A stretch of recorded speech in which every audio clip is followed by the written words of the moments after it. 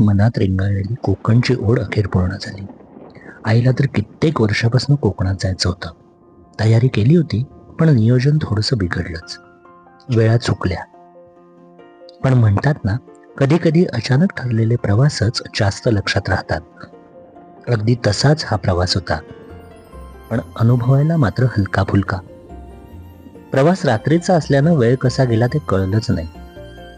झोप, थोड्या गप्पा, खिडकीतून चमकणाऱ्या दिव्यांची रांग, सगळं एक वेगळं समाधान देणारं होतं.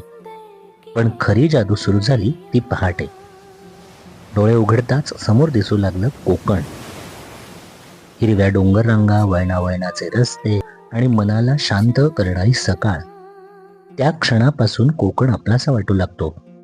शहराचा गोंगाट मागं पडतो आणि मन हळूहळू मोकळं होत जातं. आणि मग सुरू होते कोकणची खरी धमाल. निसर्ग, चविष्ट जेवण, समुद्राची साद, माणसांचा साधेपणा, या सगळ्याचा अनुभव पुढील भागात आपण नक्की बघूया. तोपर्यंत लाईक करा, सबस्क्राईब करा आणि तुमच्या प्रतिक्रियाही नक्की कळवा. बाय.